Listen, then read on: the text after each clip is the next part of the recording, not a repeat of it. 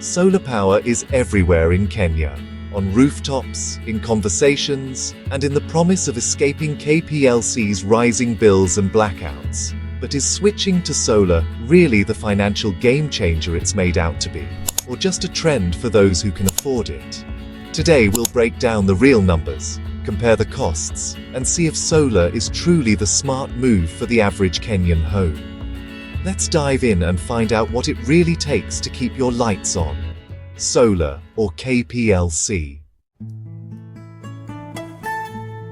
Let's define our typical Kenyan home, a modest 1 or 2 bedroom apartment or house where every shilling matters. Inside, you'll find essentials: a TV, a fridge, a few LED bulbs, a couple of smartphones, maybe a laptop, an iron and a kettle. Most homes avoid high-consumption appliances like electric cookers, sticking to gas and other methods to keep bills manageable. These aren't luxuries, they're the basics of modern life for millions. Understanding what you use is the first step to understanding what you pay. Now let's see how much power these essentials actually consume.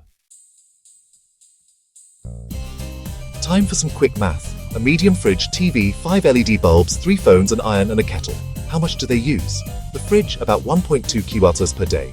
TV, 0.3 kWh. Lights, 0.3 kWh. Phones, 0.06 kWh. Iron, 0.28 kWh. Kettle, 0.26 kWh. Add it up, roughly 2.4 kWh per day. Multiply by 30 days, and you get about 72 kWh per month. That's the real monthly energy need for a typical Kenyan home. This number is our baseline for comparing KPLC and solar. Let's see what that means for your monthly bill. The KPLC bill isn't just about the electricity you use. It's packed with taxes, levies, and unpredictable charges. For 72 kWh, you start with a base rate of about 20 shillings per unit, but after fuel charges, forex adjustments, and taxes, the real rate jumps to around 32 shillings per unit. That's a monthly bill of about 200-300 shillings, and it's a recurring cost, every month, year after year. This is the number to beat if solar is going to make sense. Next, let's see what it costs to go solar. Is the upfront investment worth it? Solar flips the script. Instead of monthly bills, you pay a big lump sum up front. For a home using 2.4 kilowatts per day, you'll need about 600 watts of panels, 2 300W panels, costing 35,000-40,000 shillings. Add a 200H battery, about 35,000 shillings, a quality inverter and charge controller, 25,000 shillings, and installation, 15,000 shillings. Total upfront cost, around 110,000 shillings. It's a steep entry price, but after that, the sun's energy is free. The real question: how long before you break even? Let's compare the long-term numbers. Is solar really the wallet's best friend?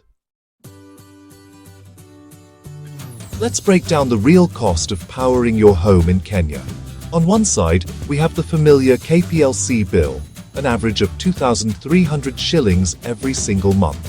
That's the amount most Kenyan households pay just to keep the lights on, run appliances, and charge devices. It might not seem like much at first glance, but these monthly payments add up quickly. Over the course of a year, that's 27,600 shillings out of your pocket. Now, stretch that over 5 years, and you're looking at a staggering 138,000 shillings spent on electricity alone. And remember, this calculation assumes that KPLC rates stay the same, but in reality, prices often rise due to inflation and changing tariffs. Many families have felt the pinch as bills creep higher year after year, making it harder to plan and save for other needs. The unpredictability of these costs can be stressful, especially when you're trying to manage a household budget. Now let's look at solar. With solar, you make a one-time investment, typically around 110,000 shillings up front, for a system that meets your household's needs. This covers the panels, installation, and basic setup. It's a significant amount, but it's a payment you make just once. After that, your monthly electricity bill drops to zero. Imagine never having to worry about paying for power again. No more trips to the pay point, no more surprise bills at the end of the month. When you compare the two, something interesting happens. By the end of year 4, the total amount you would have paid to KPLC actually surpasses what you spent on your solar system. From that point on, every shilling you would have paid to KPLC stays in your pocket. From year 5 onward, solar users enjoy free electricity, using the sun's energy to power their homes without worrying about rising costs or unexpected bills. Meanwhile, KPLC users continue to pay month after month, with no end in sight. The difference in long-term savings becomes even more dramatic as the years go by. Of course, this comparison assumes your solar system runs smoothly, with no major breakdowns or unexpected costs. Most modern solar systems are reliable, but it's wise to plan for occasional maintenance or minor repairs. Even when you factor in some maintenance, like cleaning the panels or replacing a part every few years, the overall savings with solar remain impressive. These costs are usually small compared to what you'd keep paying KPLC. Over time, the money you save can be used for other important things: school fees, home improvements, or even a family holiday. Solar isn't just about saving on bills, it's about freeing up your budget for what matters most. The pressure of monthly bills disappears, replaced by the peace of mind that comes from knowing your energy costs are under control. Your energy budget becomes stable and predictable, making it easier to plan for the future and avoid financial surprises. That's the real appeal of solar: financial peace of mind, stability, and the freedom to focus on what truly matters to your family.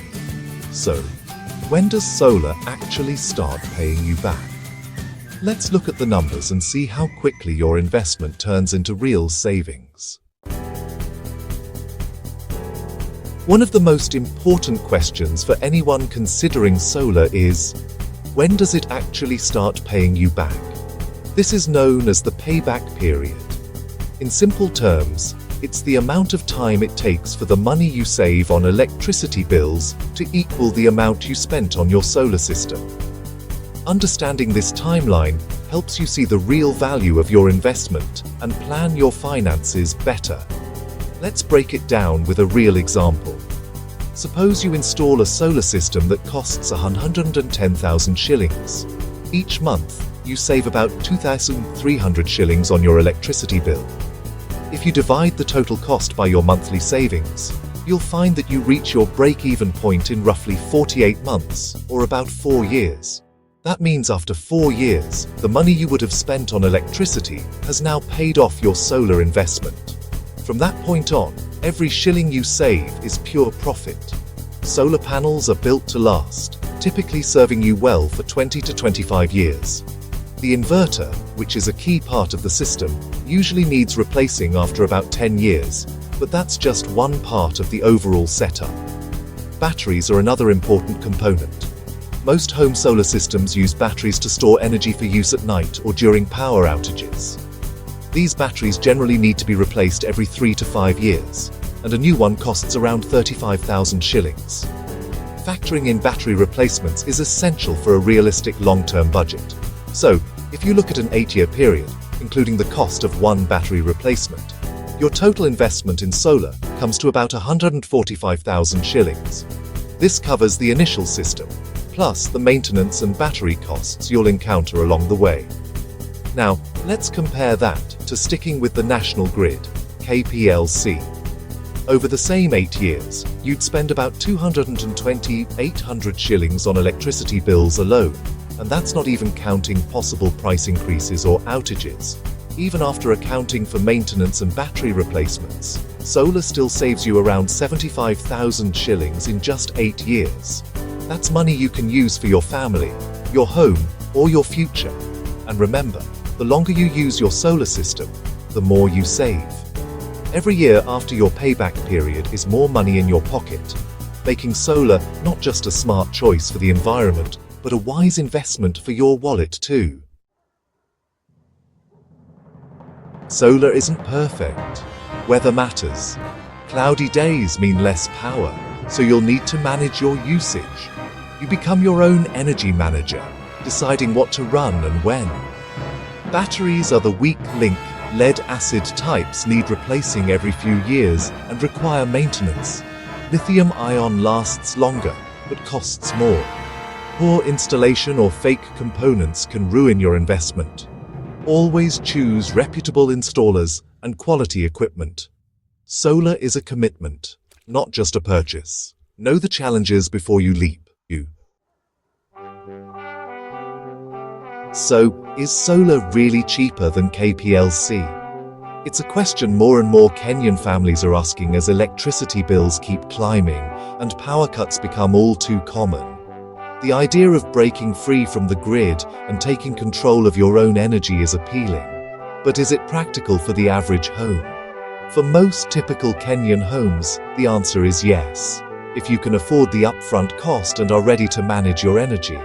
Solar power can light up your home, run your appliances, and give you peace of mind during blackouts. But it's not just about swapping one bill for another.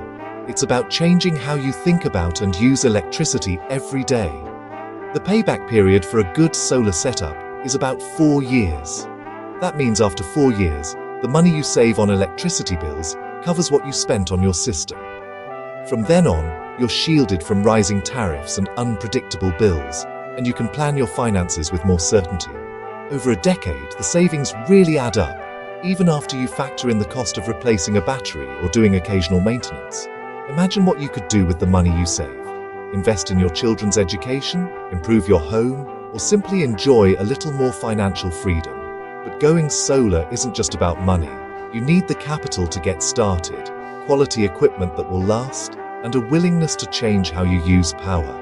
You'll need to think about when you use heavy appliances and how to get the most from your system, especially during cloudy days or at night. Financing options can help make solar more accessible, but remember to factor in interest and loan terms. Some banks and solar companies offer payment plans, so you don't have to pay everything up front. Still, it's important to read the fine print and understand your total costs. Do your homework, compare different systems, and invest wisely. Talk to other families who've made the switch and be ready to become your own energy manager. It's a learning curve, but the rewards can be huge. If you can do that, solar isn't just the smarter and cheaper choice. It's also more empowering. You're in control, your home is brighter, and you're less dependent on the grid. The sun is shining every day. Will you make the switch and take charge of your energy future?